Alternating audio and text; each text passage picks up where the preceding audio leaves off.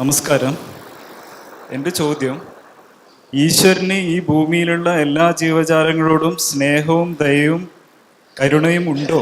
ഇത്ര ഫിലോസഫിക്കൽ ആയിട്ടുള്ള ക്വസ്റ്റ്യനൊക്കെ ചോദിച്ചാൽ എനിക്ക് അതിന് ഉത്തരവില്ല.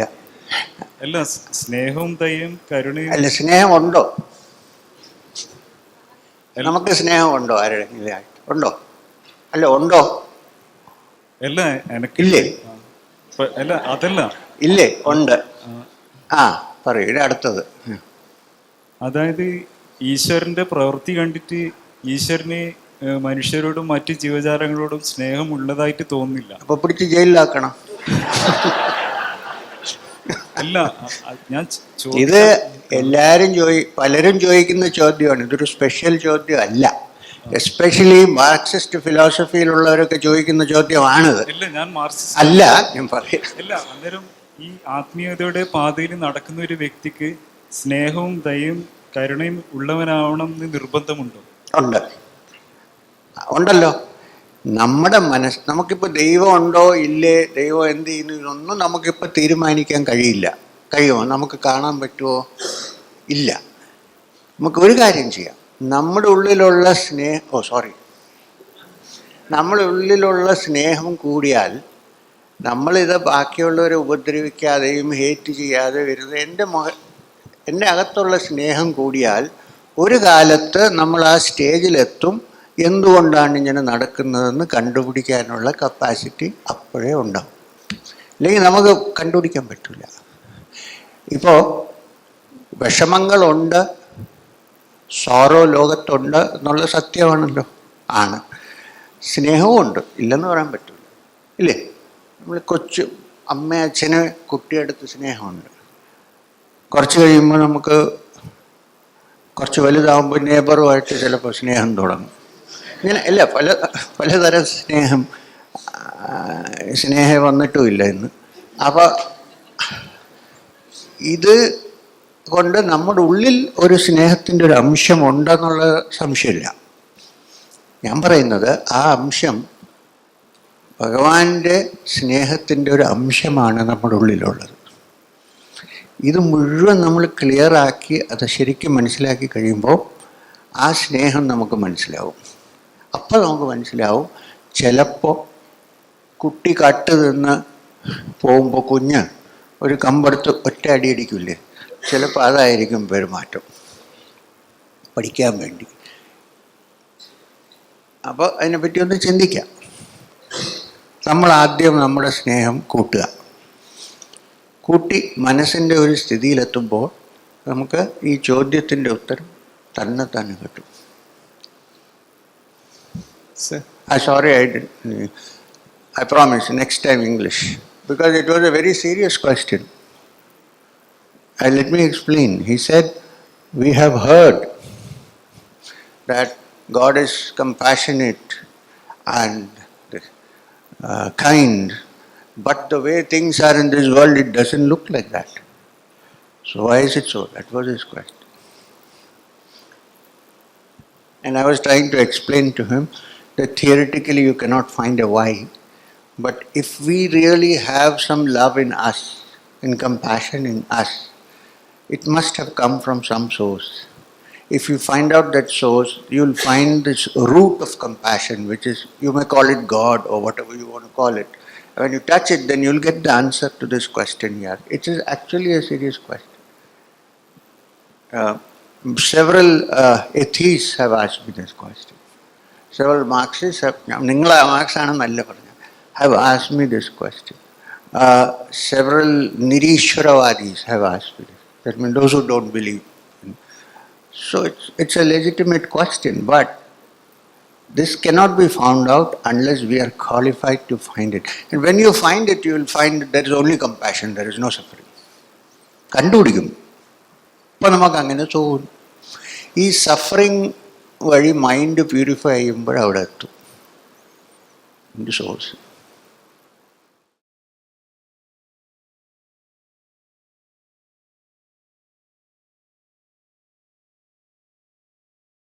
സാർ, എനിക്ക് ബ്ലഡ് പ്രഷർ ഉള്ളതാണ്. ഡെയിലി ബ്ലഡ് പ്രഷർ ഉണ്ട് എനിക്ക്. ഡെയിലി മെഡിസിൻ കഴിക്കുന്നുണ്ട്. BP. High B P N. ഈ ഏജിലാ? ആ എനിക്ക് 36 കഴിഞ്ഞു.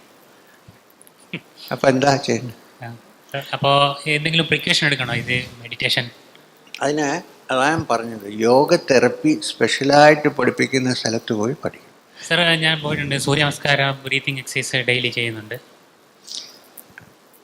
യോഗ തെറപ്പി സ്പെഷ്യലായിട്ട് ചെയ്യുന്ന സെക്ഷൻസ് ഉണ്ട്, അവരെടുത്ത് പോയാൽ അവർ ഇതിനൊരു okay sir, I am talking about meditation. ഇനി മെഡിറ്റേഷന് വേണ്ടി ഇതിപ്പോൾ നോർമൽ ക്രിയാസ് എനിക്ക് ചെയ്യുന്നതിനെ കൊണ്ട് എന്തെങ്കിലും കുഴപ്പമുണ്ടോ?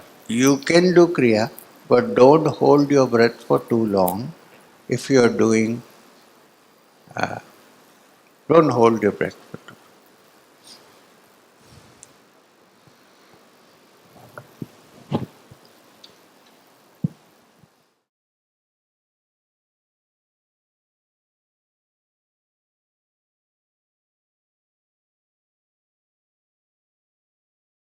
सर नमस्कार, मैं क्रिया इनिशिएशन लेने से पहले सर मैं विपश्यना की प्रैक्टिस करता था, उसको क्रिया के बाद कर सकते हैं कि मेंटेन कैसे?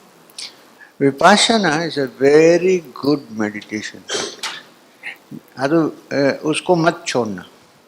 तो विपासना बहुत अच्छा प्रैक्टिस है, उसको मत छोड़िए. क्रिया करने के बाद जब मैंने कहा चुपचाप मेडिटेट करें, उस समय पर विपासना. विपासना ചെയ്യുന്ന നല്ലതാണ്. It really lowers the BP. It really does.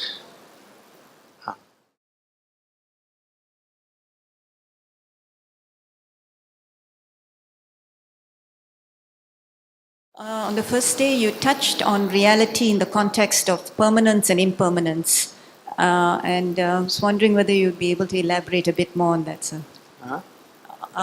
On permanence and impermanence in the context of reality.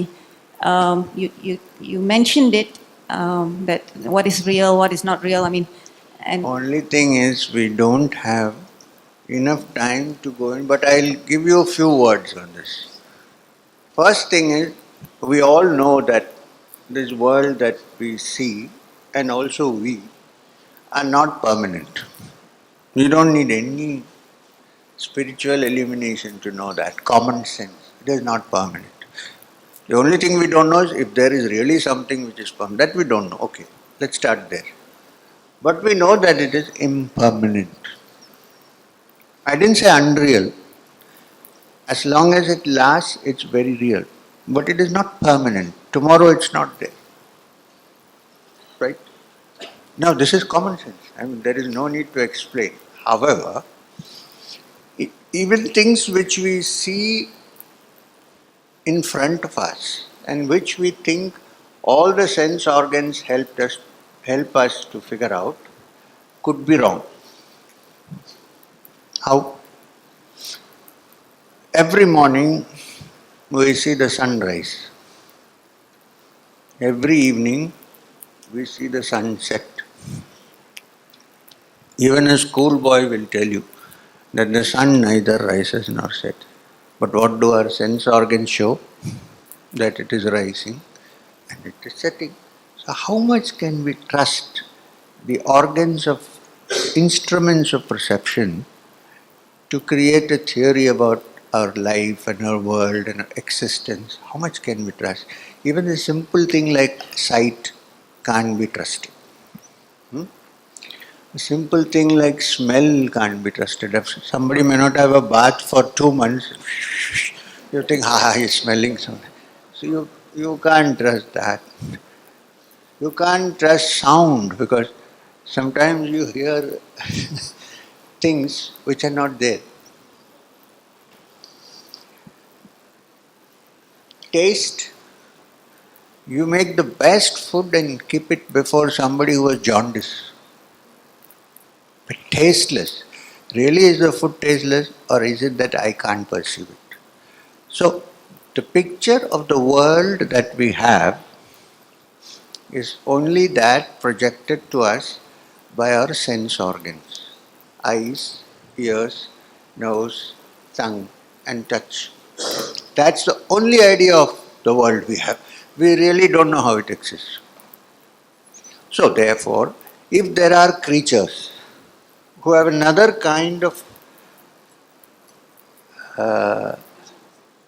instrument of observation, it may find what we find to be round to be square and what we think is red to be yellow.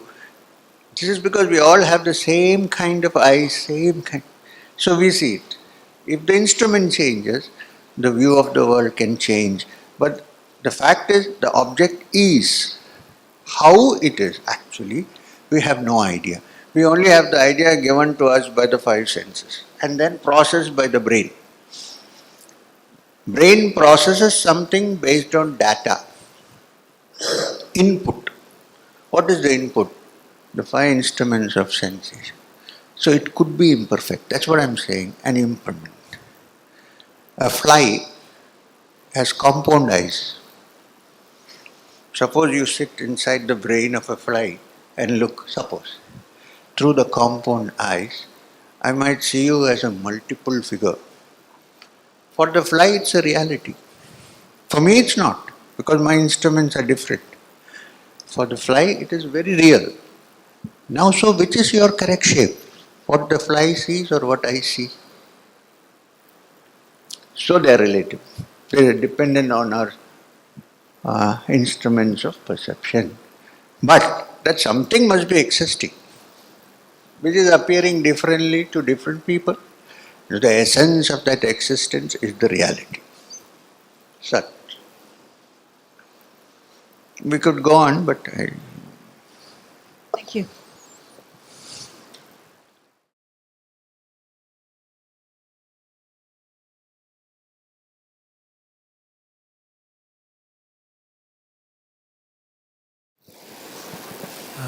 Namaskaram. I have one question about the meditation. When I do the meditation, I kind of seem to be moving into a state where I am not really fully conscious. I'm moving in and out of something like that. So is that okay, or should I do something about it? what you are saying is when you go into meditation, sometimes you are not conscious. You are unconscious. Sometimes you are. And then you are in the waking state. Now the thing is, as your mind gets purified and as your energies, the pranic energies are made to work on the Sushumna, very slowly that unconsciousness will become a conscious factor. It will take some time. There's nothing to worry. The reason being, deep sleep or Sushupti, as technically, is not so different from Turiya, which is the spiritual state. You know what happens in deep sleep, right? We are not aware of anything, the outside world. We are not even aware of ourselves. Neither ourselves nor the outside world, we are not aware. Right? But we are not aware of that we are not aware. There is no cognition anywhere. When you wake up, it comes back. But there seems to have been some witness in deep sleep. Because when I wake up, I always say, generally, if it's a good sleep, that was so blissful, somebody must be there watching. You are not aware of it at that point, in deep sleep. There is a watcher. Also the reason is, when you wake up, even if the alarm rings 5 times, you don't want to get up. Why? Because it's so blissful. You turn around and sleep. Because it's so blissful. Only problem is that you are not fully aware of that blissfulness. Now imagine a state, at the moment you can only imagine it, where in the midst of that bliss of deep sleep, Sushupti, the witness awakes and says, I can see it. It can't be you, must be the original you. This is called Turiya. Unfortunately, you cannot attain Turiya through sleep. Then it would have been very nice. In fact, I'm sure some people would have thought, this is nice, so let me sleep. Not possible. Because the mind has to be first taught to be alert. So, one more question. He looks like a rishi, I have to say.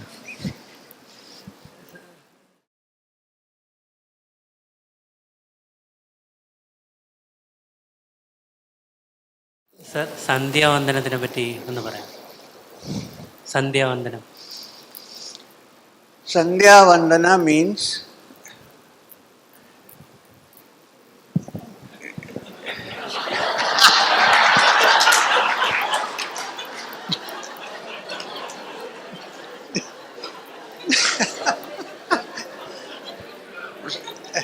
sorry, Nyanalla, I am not responsible. Sandhya Vandana means to bow down, to adore, not necessarily worship, but adore. Adore is different from praise also. And Sandhya means a coming together of two time zones. So there is a morning Sandhya when the night turns into day. One Sandhya. Afternoon when the shadows become long, when the sun moves from the center, there is a second Sandhya. In the evening, when evening takes over slowly, softly, you won't even notice it, then that is the third Sandhya. So there are generally three Sandhyas. Now, Vandanam means at that time, the practice of devotion that you do in these three Sandhyas is Sandhya Vandanam. However, because the Gayatri mantra is chanted in a particular way in these three times, now it has acquired the meaning of the chanting of the Gayatri. Any Vandana during Sandhya is Sandhya Vandana. But now there are certain regular systems which have been made which are very good. So if you are already practicing Sandhya Vandana, you should continue with it. At least one Sandhya. Morning is enough. Then, in the Sandhya Vandana, there is a pranayam also, which is generally Anuloma Viloma, breathing in and out. Now spend little more time on that. Then do the rest. It is a very good practice. Now since we are on that, the Gayatri mantra is the most important mantra in the Rig Veda. And it was discovered by Vishwamitra. So I think it was discovered by the friend of the universe, Vishwamitra. So it is meant for everybody actually. Vishwamitra would not have discovered. Now, when you chant the Gayatri, you should know what you are chanting. I can't explain the whole, I will have to do it at the next satsang. But all I have to tell you, the meaning is Om Bhur Bhuva Swa. There is no meaning except you have to define Om, 3 days satsang, and Bhur Bhuva Swa, 3 planes of existence, waking, dream and deep sleep, and also subtle layers. So why they chant that in the beginning is because what we are going to chant is supposed to affect all the 3 states, not just waking state. Then the actual mantra is Tat Savitra Varenyam, that controller, that Lord of this universe, to him I bow down. Bhargo Devasya Dhimahi, to that effulgent being, Bhargo, effulgent being, Devasya Dhimahi, I meditate upon. Dhiyo Yohana Prachodayat, may my intelligence be stimulated. May my intelligence be not become dull, may it become sharp. Because a person whose intelligence becomes very sharp, very soon discovers the limitations of his intellect. It is very difficult to tell complete idiots that the intellect has limitations.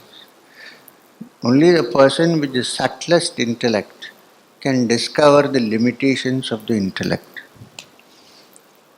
If you have discovered the limitations of the intellect, then you can go beyond it. Otherwise, we are stuck to that.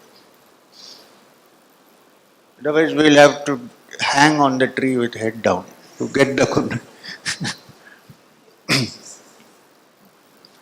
So, I think we need to stop.